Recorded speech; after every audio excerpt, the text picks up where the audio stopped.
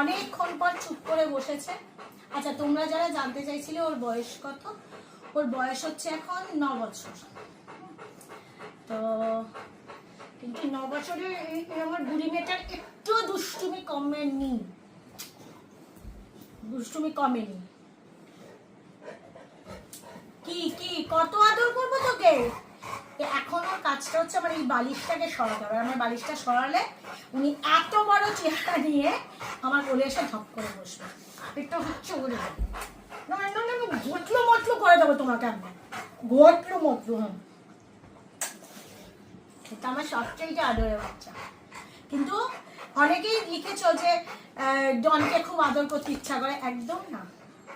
ও শুধু আমার, ওর বাবার আর ওর দিদির আদর খাবে, না হলে কিন্তু মেজাজটা কিন্তু রাজার বাচ্চার মতন।